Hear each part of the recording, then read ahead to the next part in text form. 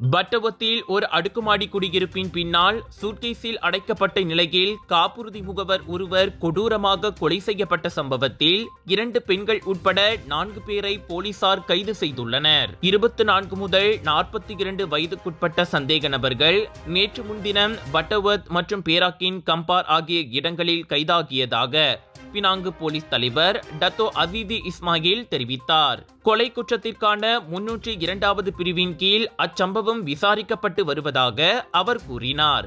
October 9ஆம் தேதி பிற்பகல் 1:45 மணியளவில் ஜலான் பர்மாத்தாங் பாவ் சாலையில் அம்பாங் ஜாஜார் அடுக்குமாடி பின்னால் உள்ள சூட்கேஸை கண்டு பொதுமக்கள் அவசர எண்களை அழைத்து தகவல் தெரிவித்த போது இந்த கொடூரம் வெளிச்சத்துக்கு வந்தது.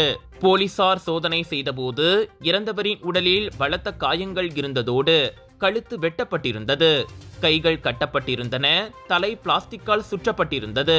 கொல்லப்பட்டவர் உள்ளூர்வாசி என்பதை போலீஸ் உறுதிப்படுத்தியது.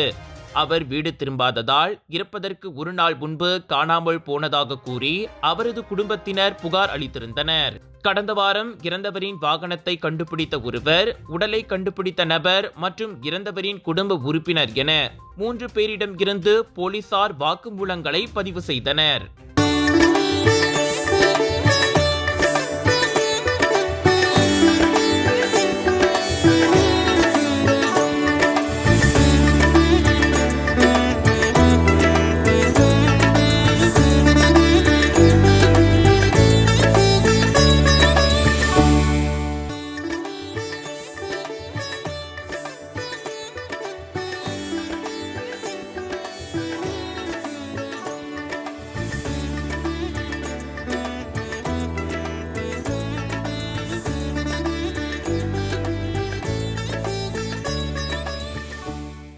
த்ரீ டேஸ் ஹாலிடேஸ் வருது. தீபாவளிக்கு மிக சந்தோஷமா உங்க குடும்பத்தோட இந்த வருஷம் மிக சந்தோஷமா இருப்பீங்க நான் நம்புறேன்.